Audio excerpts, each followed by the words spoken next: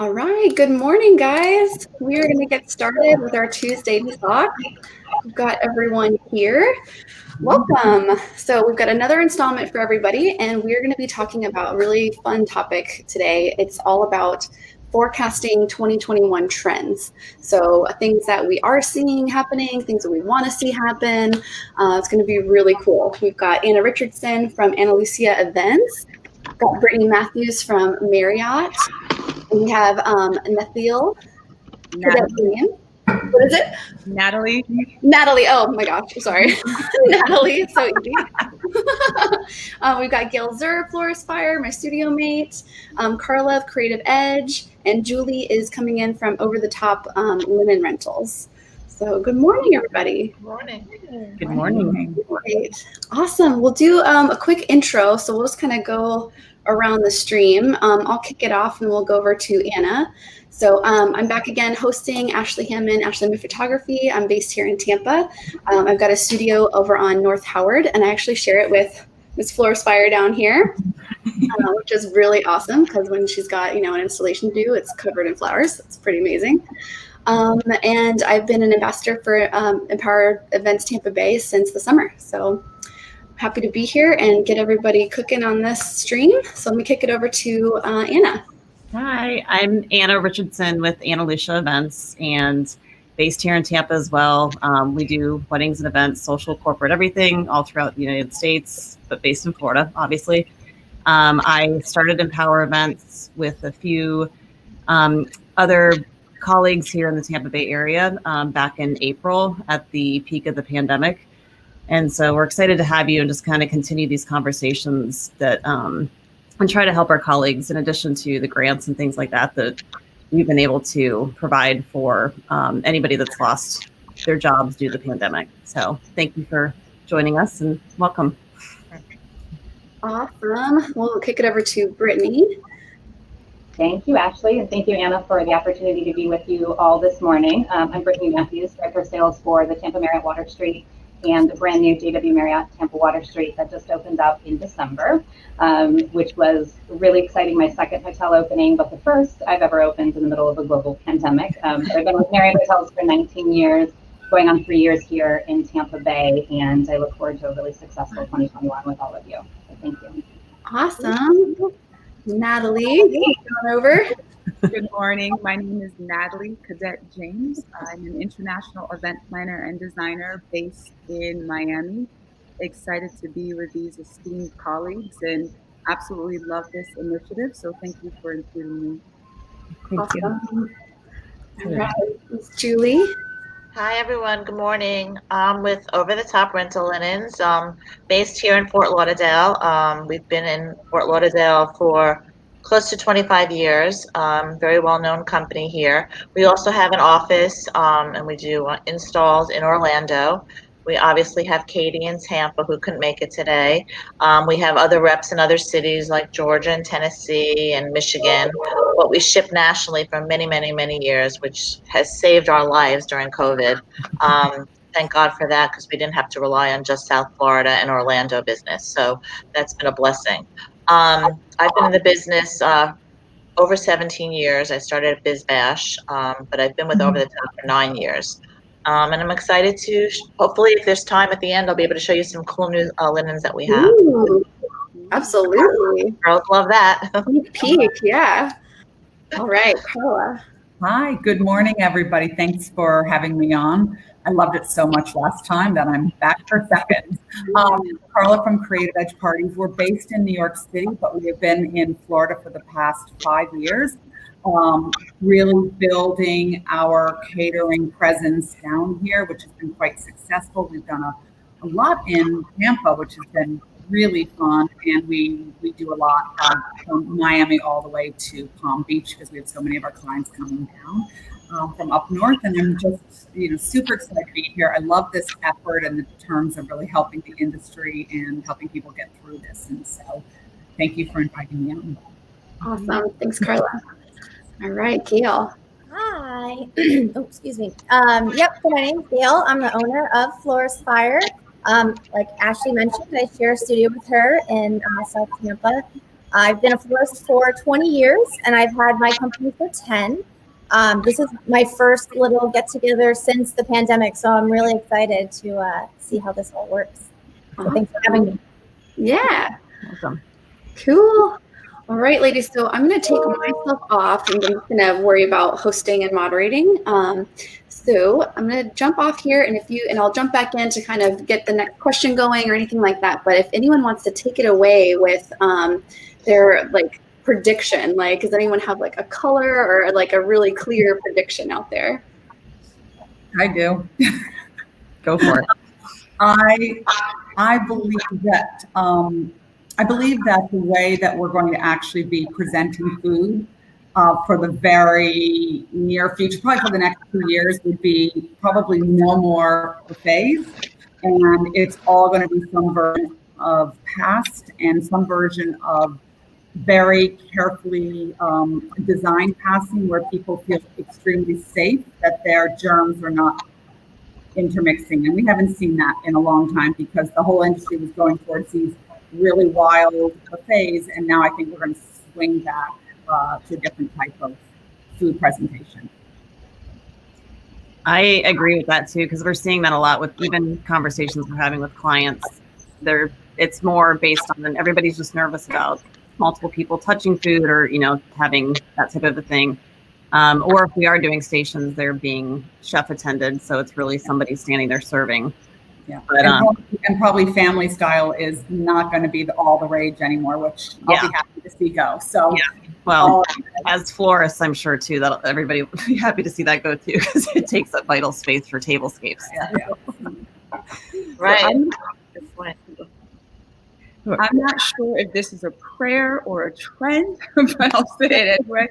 I'm going to jump to fall 2021, where hopefully, miraculously, we have this transition that we kind of saw after the pre-pandemic in like 1918, 1920, which brought in like the Great Gatsby era and the swing era. So hopefully we're back to extravagance and over the top. Because I think at least our clients are feeling kind of constrained naturally, and I'm already sensing an itch to do more when we can do more. I don't know when that door will open, but my prediction is when it opens, it's beyond over the top. So that's my trend, and I'm calling it a trend because I'm calling it for 2021. I don't care if it's December.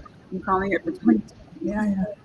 Natalie, I definitely agree with you. I think what we're seeing is that our couples have had more time to plan. They've had, in some instances, more time to save. And I think more than ever before, they're looking for a truly custom curated experience if they are going to move forward with a wedding this year, especially if their wedding is going to be smaller than what they had originally planned for. So we are seeing the desire to customize menus directly with our chef. We are seeing that a lot of our couples are looking to do something different than anyone else has done before. So I think that's a really exciting trend. The sustainability is a really hot topic, and I'm not sure if that's been sort of, everyone's had a lot of time in their own homes to take a look at their own sustainability. I'm not sure, but sustainability in food products, sustainability in food reuse, sustainability in, even just the elimination of giving out favors, all of that's been a really hot topic for a lot of our couples and our other social events here as well.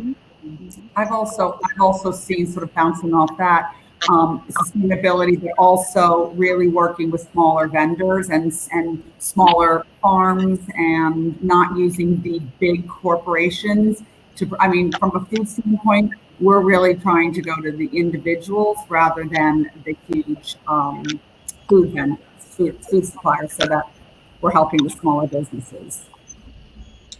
I think from a sustainability side of it too, just kind of going into what we're seeing as a direction in the interior design world, which always relates over, even though it's maybe a little bit after the fact, but we're seeing a lot of just people have, and I think somebody mentioned this before, Natalie, or everybody's kind of been in their home for so long, and they're kind of really repurposing what they have. And I think a lot of our brides too are looking at that too, like not coming across as over extravagant, but I think the extravagance is going to happen, as Natalie mentioned.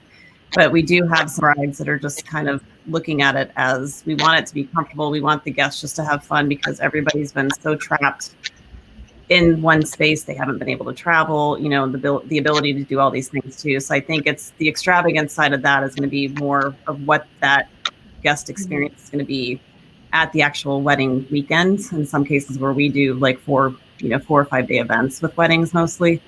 So I think the guest experience is going to, which it's always been a big thing, but I think it's going to even be more so now.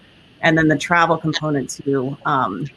We've had a few people reach out just in regards to just like, what about like travel trips that we could do just for our guests, you know, things. And so it's kind of creating that element too of something that's a little bit different and unique than what the traditional wedding and kind of has been. So it'll be interesting to see how it all folds out.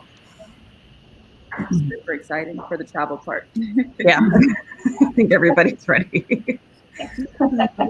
One of the things that I've noticed here on my end, because we get the orders placed on the linens, there used to be more of a lead time, and now we're getting a lot of last-minute pop-up weddings.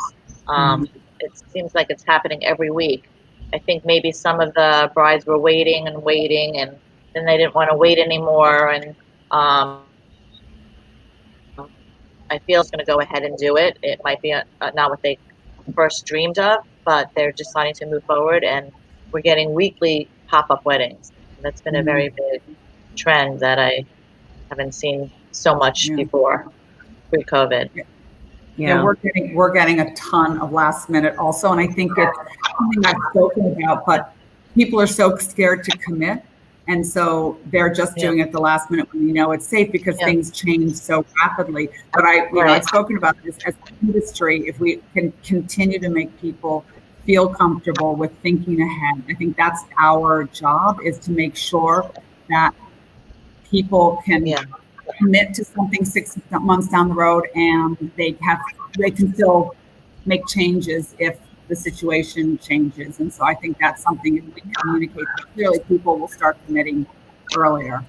I think that's a really important point to make, that I don't know that showing flexibility in contract terms is going to change for 2021. I think that's going to continue to be a huge focus. I think we're going to, as industry partners, need to continue to look at, okay, what is that flexibility going to look like for our customers to change dates or to push dates back?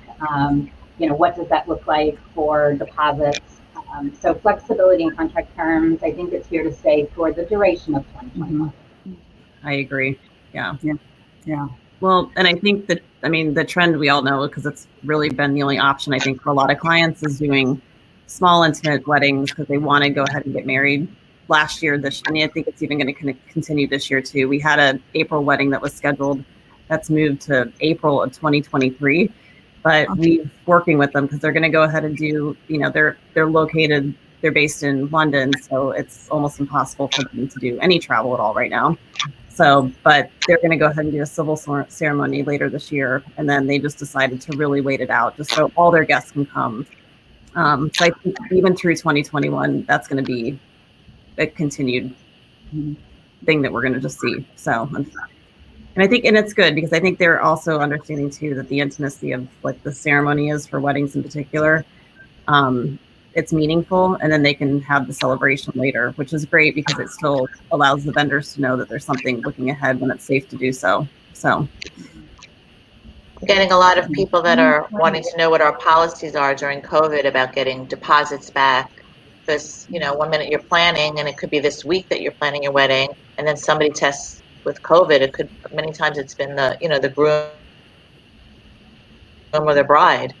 A lot of people are asking, placing the order, what are your policies for cancellations and deposits? And I've heard a lot of horror stories where there's been a lot of people that have not gotten their deposits back, that lost a lot of money at different venues. So that's been a real concern for a lot of people.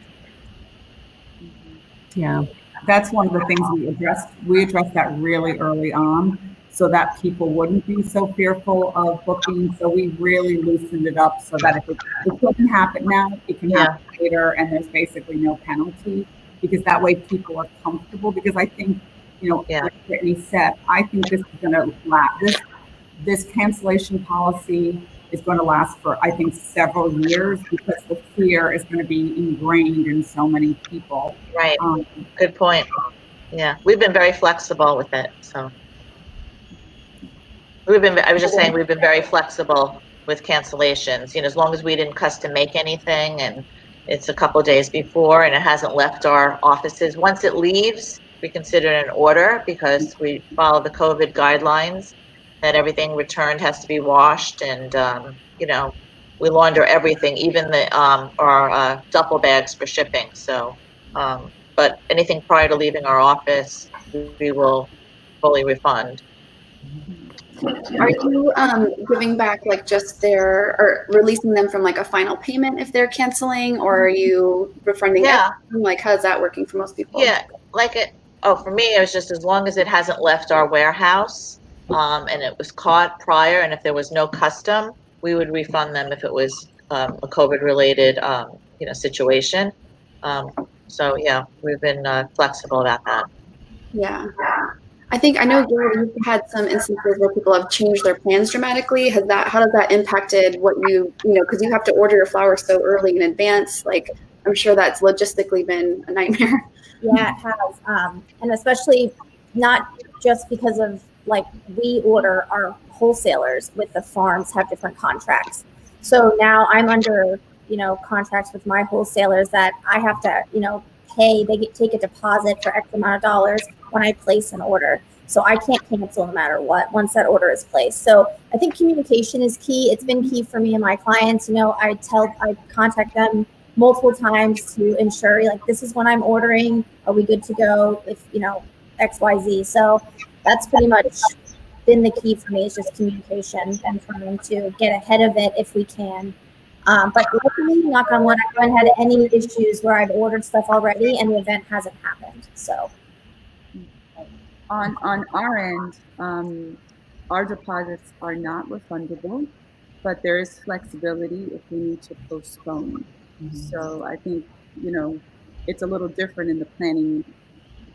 We've actually worked and started to work. So that's the compensation that we have. We do our milestones so that it matches up to our actual work. So it's very fair to both parties. But I think what's really important is just to really manage the expectations of the clients as well, and just to be clear on that. And we haven't had any pushback, with our policy in that regard. And we're doing something similar that Natalie said. We don't give the deposit back, but you are able to use it in the future. And we're actually not putting a time frame on that.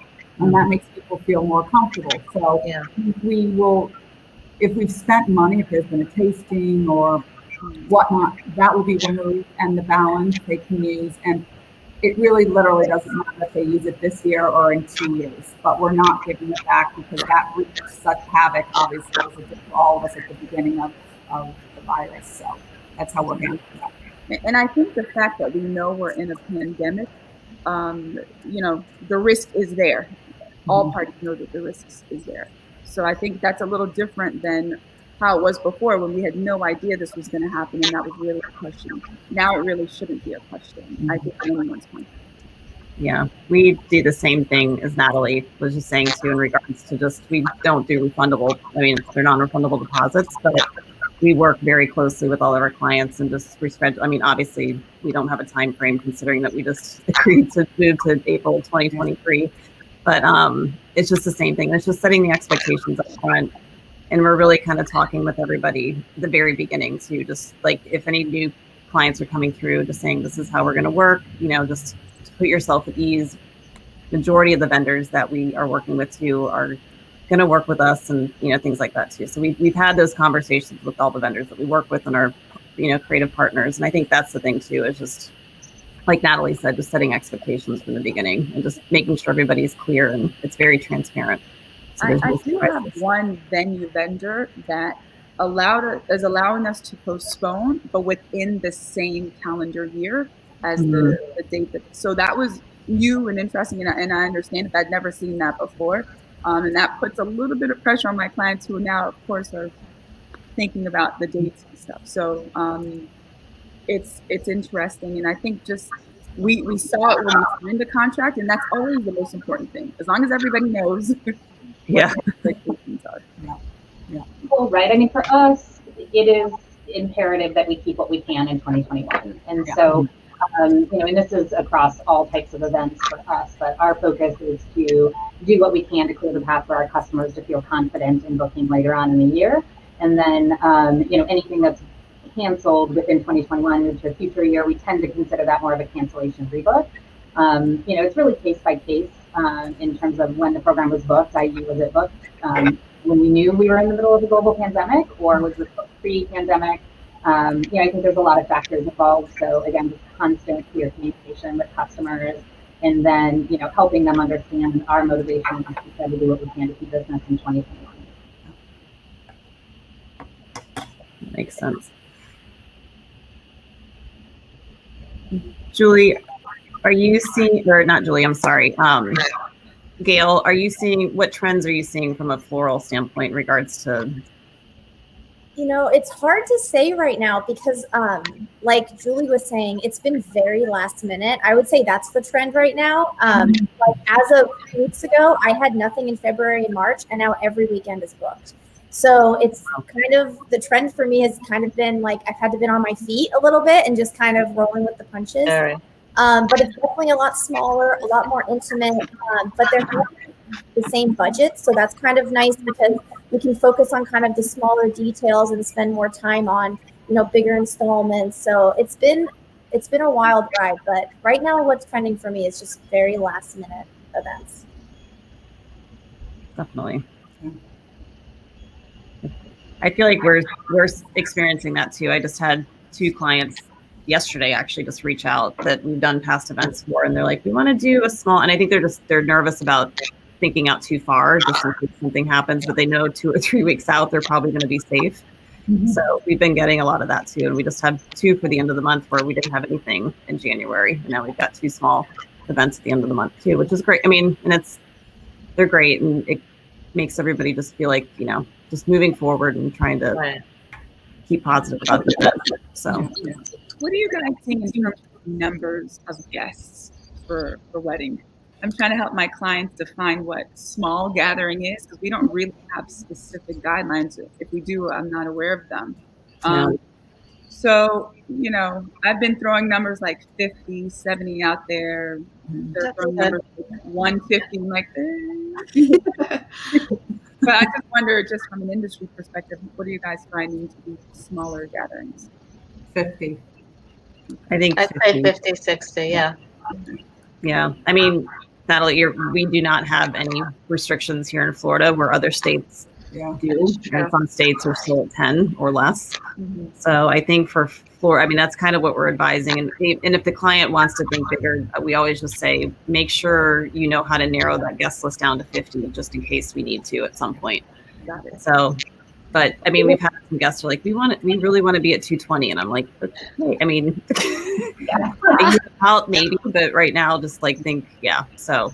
Okay. I mean, for us, we are seeing a wide variety of numbers because we have ballroom space to do these larger events. And I think what we're seeing, and some of the demand that we're seeing, is actually displaced weddings that maybe are at a location that cannot accommodate 100 to 150 people, but we are able to socially distance still at less than 50% capacity.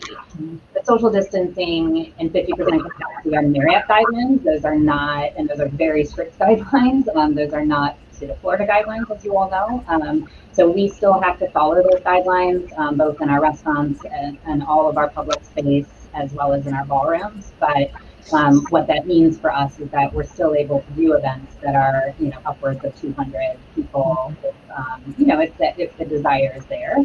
But again, we just continue to follow all of the food and beverage guidelines, distancing guidelines, dance floor guidelines, good stuff, while those events are taking place. We don't see a lot of them, though. Most of ours, on average, are running between probably around 75 people. Are you finding that you're taking a lot of that overflow of people changing their venues so they can accommodate those larger groups? And then otherwise, are you seeing fewer bookings because you have more indoor space? Like, are we seeing more venues that are outdoor people really navigating to that? Or, I mean, I feel like from my perspective, I've seen not much of a change because Florida doesn't have any restrictions. So people are still going full steam ahead with whatever ballroom or indoor space that they've already had in mind. I don't know what you're seeing. Right. Yeah. So we haven't had any instances where somebody has canceled and said, okay, we're canceling because we want to move to an outdoor venue. But we do have a lot of requests for outdoor venues, and we have one at each hotel, options at each hotel. So I think that demand is definitely there, and we're seeing demand because of that. And then displaced weddings, not only from smaller venues, but then also from other states. We have a lot of maybe a bride and groom that were planning on getting married, and going international, or they were planning on getting married in New York City, or, for whatever reason, whether or not they're local to Tampa Bay, and they have, because of the restrictions in those other states, they have elected to either stay local or do their destination wedding here in Tampa Bay because the restrictions are so limited. And that's a lot of what we're seeing in Q3, Q4 is, these couples saying, we just don't want to risk it at this point, and we want to feel safe and secure, and we know Florida is going to stay open for business. The one thing I'd love to ask a question, because this may only apply to my section of the industry, but where I'm running into troubles right now is on these smaller events, 30 to 50, 60 people, our pricing is so significantly more because there's aspects of catering that doesn't matter if there's 200 people in the room or 20 people in the room, they're still going to have these costs. And so at the end of the day, I'm finding a lot of people saying, oh, wow, if it's that much for this smaller group, I'll just wait. And I don't know if that happens in your industries, but when you take them down to these smaller numbers, many of the costs don't change. We've had to recreate our menus, some of our menus, and most of our hotels out there have done that, recreate our menus to be reflective of smaller weddings. There's some product that just doesn't make sense to procure for 20 people. So, perhaps those smaller intimate weddings get booked through our restaurants versus booked through banquets. And then our banquets, we've kind of revamped some options, or we will custom create an option to fit within. So that might be something to take a look at. And then we did have a question pop up. Are we saving questions again? Yeah, about the indoor events versus with social distancing. Yep. Yeah, and if I can address that one, Janet, it's great to see folks from outside of Florida on the call today. So thanks for asking the question. So yes, we are permitted to do events indoors here in Florida.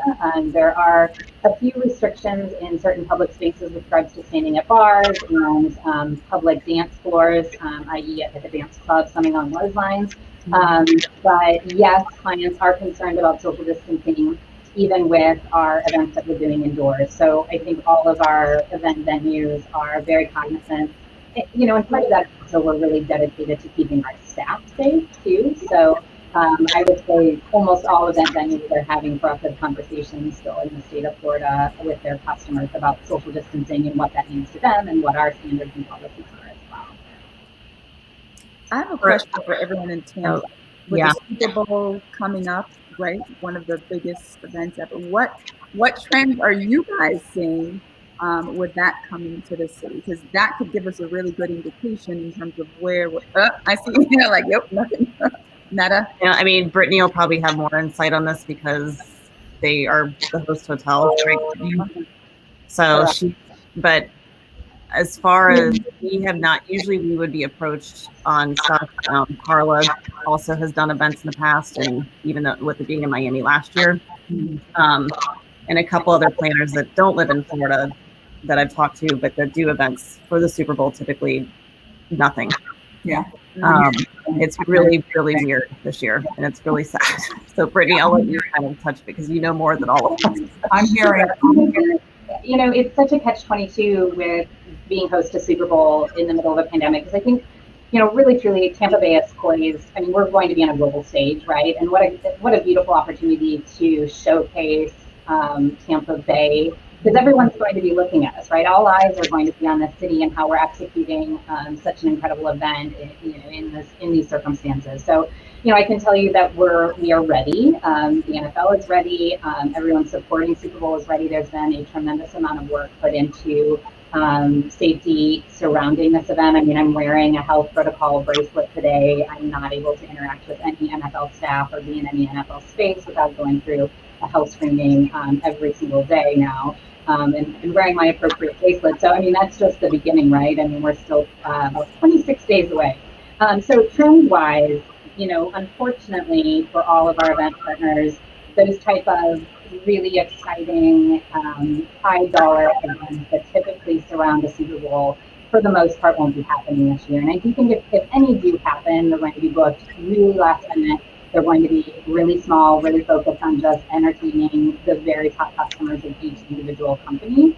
So I think that's the biggest disappointment of this year, is knowing that our event partners aren't going to see that kind of revenue that really all of us had hoped for. And, you know, we were looking at seeing hotel compression even out to Orlando, right? And which is not atypical for a Tampa Super Bowl. And unfortunately, I don't think our hotels, well, I can say our hotels probably will not see that type of compression. So we are hopeful, you know, for the hotels downtown here. And then, yes, our 2 hotels are headquarter hotels. So, you know, we do anticipate to see, you know, sold out days over that weekend. But yeah, I think that there's a lot that remains to be shared, but I do think that there's going to be a lot that will be given to any Super Bowl attendees in terms of what they can expect from a safety and security standpoint. We're obviously in a little bit of a tumultuous situation right now in the country, regardless of the pandemic. So, you know, security this year on top of safety is going to be a really big hot button on the board. Yeah. Carla, what were you going to? No, I was hearing the same thing, that if, you know, the only events that none of the corporate sponsors are doing anything. So that obviously cuts out a huge aspect of the entertaining. So, you know, as Brittany said, I think it's going to be smaller, last minute, intimate owners, dinners, those types of things. But I wanted to ask you guys a question, because I know we're doing this now on, I think, almost every party we've recently done. We are having everybody tested as they walk in. We're having the staff tested prior to going on. So we're doing, you know, we're doing that immediate result testing for events, which has been very interesting. So I don't know how you guys, what are you thinking about around that? Yeah, our clients are requiring that. Yeah. And some have even gone as far as to ask our guests to this week we started talking about vaccination requirement requests. And I'm like, wow, I'm not ready for all of this. But some have asked guests to show proof of negative test results, and they're testing at the door as an extra measure. But now we're starting to talk about vaccines and how that will play into the ability of their party to move forward as perceived. Our first wedding of this year isn't until April, like middle of April. So, but we literally were just having, I was with the client last week, one of the clients, and we were talking about this too, because she just said, she goes, how do we handle this? And I said, well, we need to really talk about it because we're getting closer now. And I think I think they didn't want to talk about it for a while because they just wanted to think it wouldn't be where we are right now. So, but I think the plan is to just, like Natalie said, have them pre-tested, and Carla, what you're doing to do a test before you travel. Just make sure that you're clear. And then when you arrive, we'll provide testing upon arrival. Or just make sure, because I think the biggest thing is they're going to go ahead with some of these weddings, and the 2 cases, we have the 2 weddings in April that are both outdoors. Everything is outside. So praying to God the weather cooperates with us too. So, but the conversation is they just don't want to be worried about anybody not feeling comfortable or having any hesitation at the end of the day, and just making sure that the guests feel comfortable, but the bride and groom want to have fun and not be stressed about what if we get COVID, and then what if they do get COVID and they can't go on their honeymoon, or if they are going someplace, even if it's local with it, you know, there's just all those precautionary things. So I think it's something, even moving forward, regardless of the vaccine, because it's going to take a while, I think, for it to get out to everybody. So I think just still taking that precaution is a big conversation that we're definitely having. So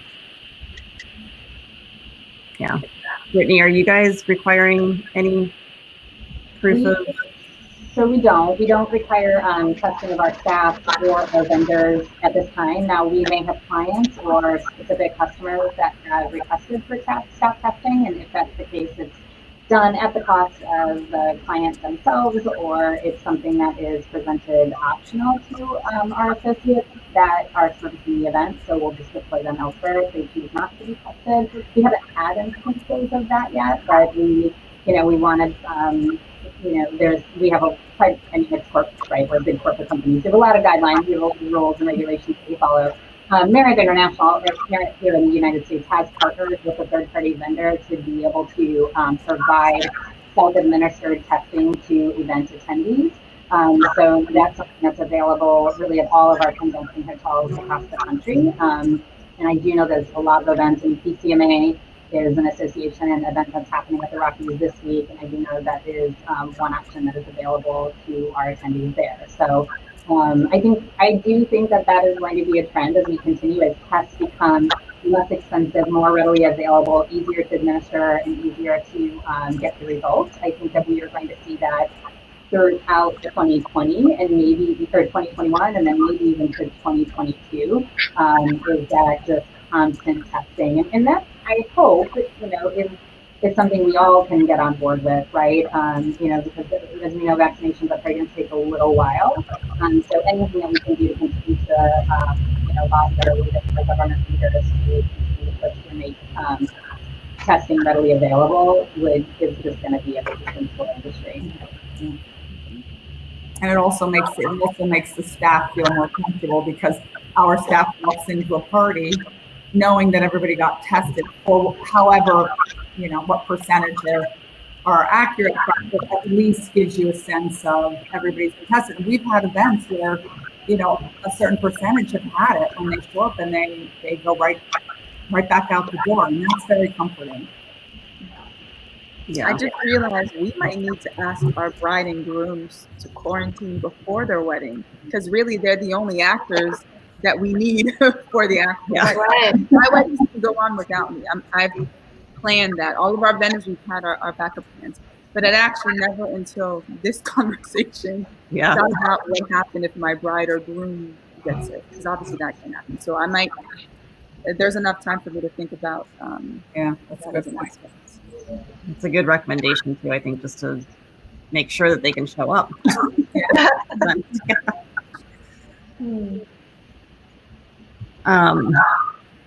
What other trends?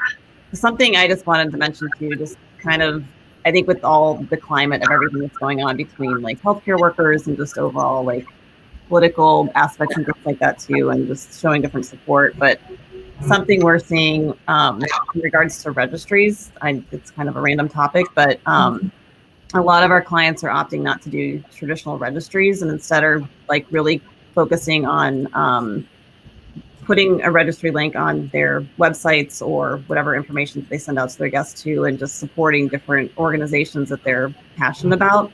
And that's been a big thing versus actually getting things. I think a lot of people going through this pandemic, we're just seeing a lot of change in giving versus getting.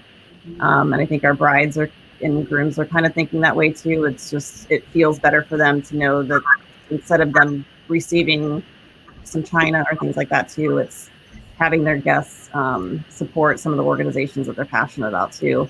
Natalie, are you seeing any of that with kind of? So we saw that pre-pandemic, not to organizations. Well, yeah, I guess to organizations where people had their homes already, and so they didn't need registry. But I guess what we kind of realized, if we have clients that are having weddings now, they're really uniquely situated. Like it's hard for so many people right now. And so I think it's lovely to see that people are actually thinking about everyone around them and doing this. This is a trend I would push. It's a good, I mean, we're excited when they want to do this too, because we always just say I would register for a few things, because somebody's going to get you a gift that you're not going to want.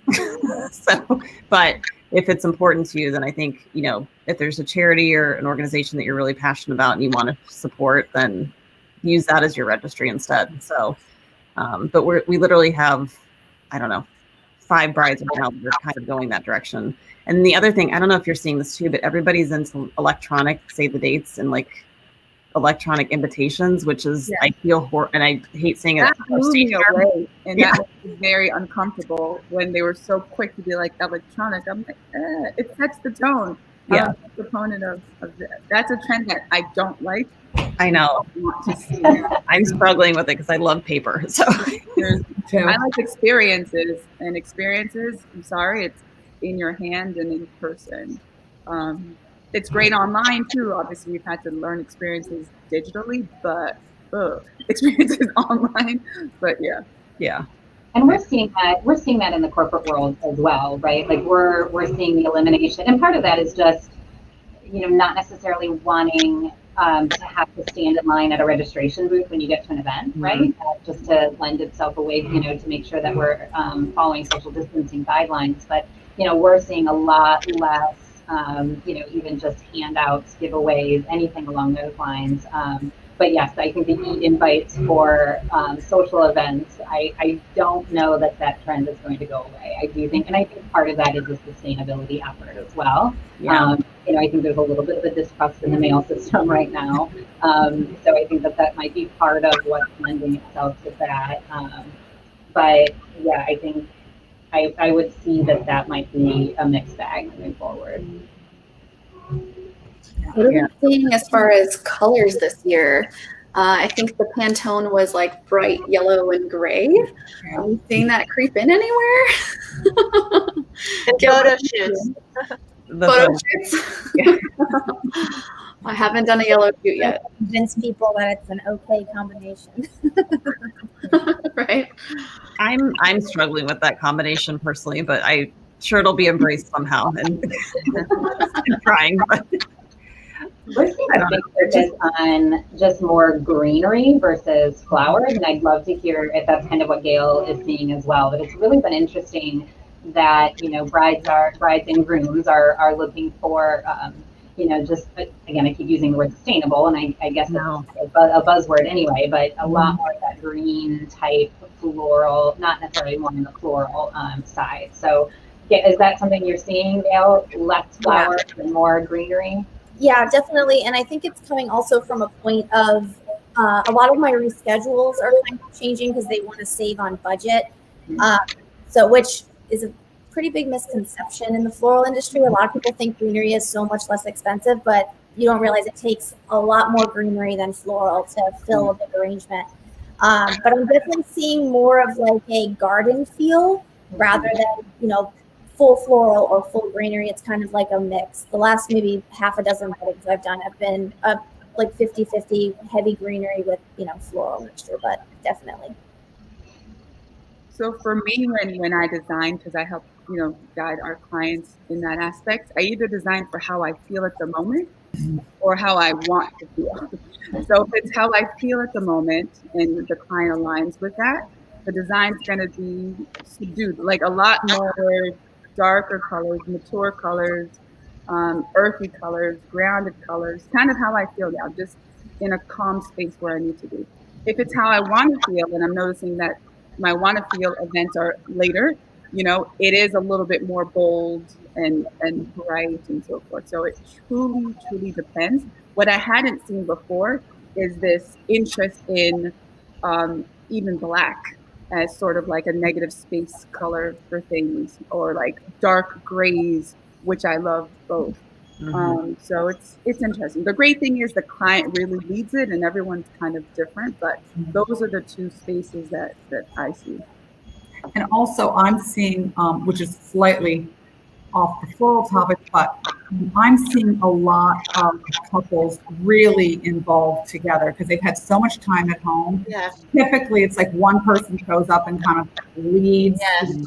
And now it's like both of them from the very beginning, and the one person's not backing out, and it's really interesting, but I feel like they're going through the details much more carefully. They are identifying what they're excited and what their values are much more, and so we're able to be more reactive to their personalities and that personalization. So I think that's really a big difference right now. And the parents aren't around. It's like the couples here, but they're, usually there's a parent somewhere in the story. They're not coming till the very end, which I think is super interesting. We're kind of 50-50 right now with our current clients. It's the same thing though, but the bride and groom are both very involved, and where the mother of the bride or something is very involved, she's not too thrilled. So it's like we kind of navigating that too, or it's usually we're just working with the bride and the mom in some cases, or just the bride, and the groom kind of just chimes in on food and entertainment, and that's it. And bar. But we're seeing now too that they there's an opinion on a lot, just because they're working from home, they're spending time and they're actually working on the plans together versus being in offices and traveling and all this other stuff too. So I think they definitely have more time to think about it, which can be good and bad. But it's great because they give feedback very quickly. So we're booking destination weddings in 2022. So I hope that's a trend that we continue to see. It's a risk, but people are asking, and I think it's just the itch again to do a little bit more. Yeah.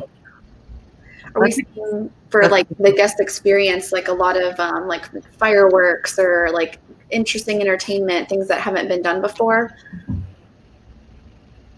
I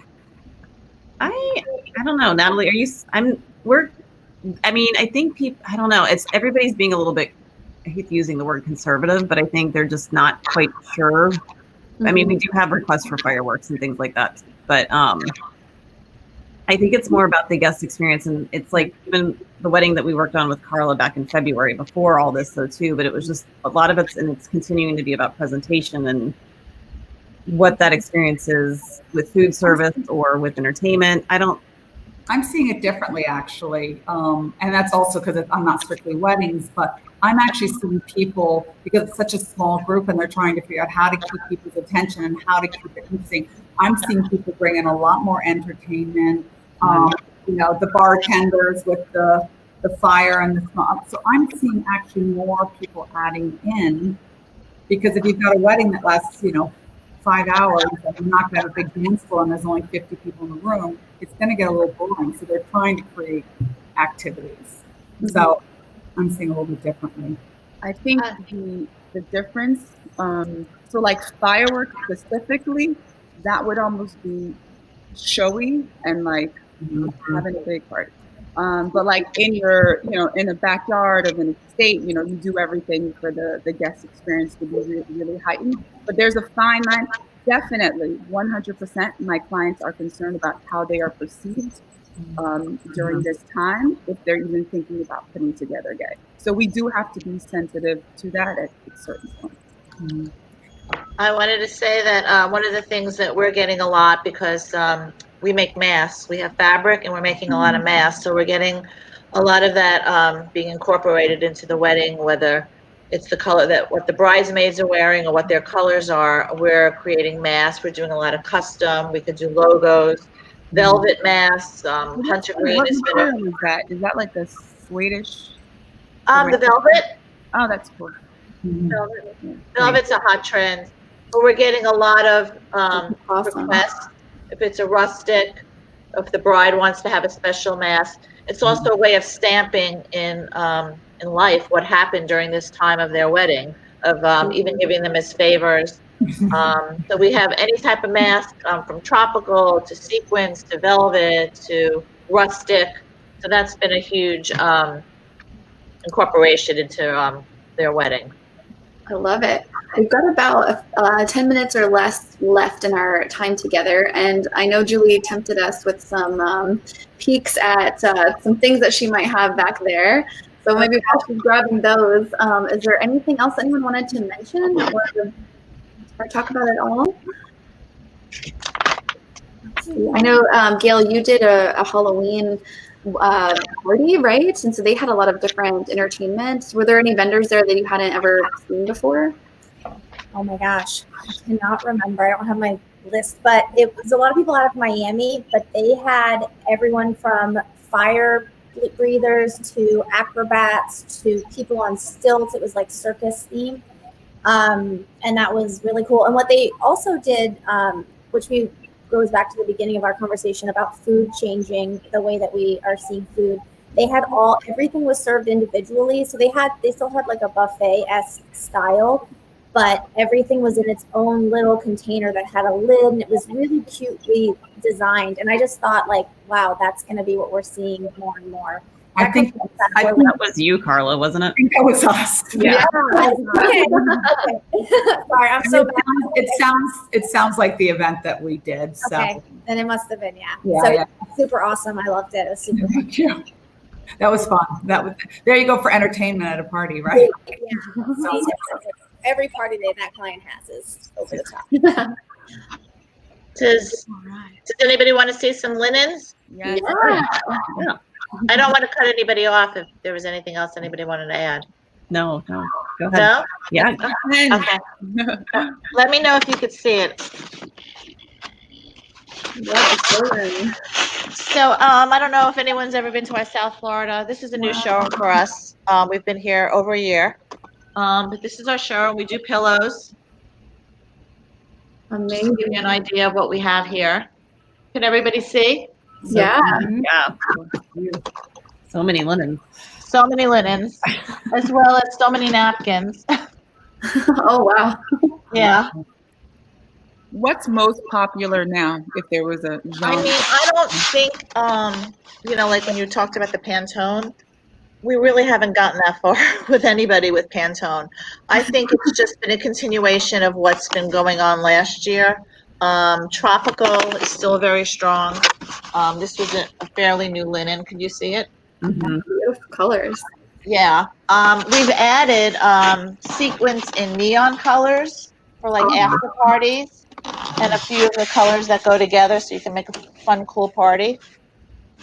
That is awesome. Yeah. We also have Lily Pulitzer look that everybody loves. Cool. Can you see that? Oh, wow. Oh, that's lovely. I can So see we also have it in the pineapples. So Can you cool. see that? Fun. Yeah. And still a lot of the earthy look and for outdoors with barns and all of that kind of a look. We make sequins or us aprons. We have an Etsy shop. All right. You're into everything. What is the We Etsy have a shop? lot of the earthy look. Is really pretty. A lot of the earthy look. Oh, it's getting overloaded with all the beautiful textures. Yeah. And then these are all of, we have the mermaid sequence, which in Miami, we like a lot of jazz. So, that's the neons. That's a quick tour. Cool. Yeah, actually brought up an idea, a thought of mine, because I see in the entertainment industry kind of synthwave, retro wave is kind of trending, and I wonder if we're going to see that in events. Because I'm all for it, like synthwave, neon, kind of crazy type of vibe. So that just reminded me. I'm totally feeling like the Slim Aarons type elevated tropical chic party. I could see that being very refreshing for many, many people. So I'll explore that for sure. Yeah. Especially set against like some really dramatic black or gray, that might be really interesting. Yeah, beautiful. So cool. Wow. Awesome. Well, thanks everybody for being on here this morning. Thank you. Thank you. Very exciting. We've got a whole year in front of us, and we've been through the trenches, so I think that we're much more prepared to guide our couples through and having safe and really awesome events this year. And I'm sure there'll be more curveballs, but I feel more prepared at least. Great. Awesome. Much. Thank you. It's so great to Good luck, connect everyone. with you. Yes, good luck. Happy New Year. Awesome. Bye. Thank you Bye. everyone Meeting for being everybody. here. Have And a we'll great day. see you next time. Yeah. Yes. Thank you. Bye. Bye.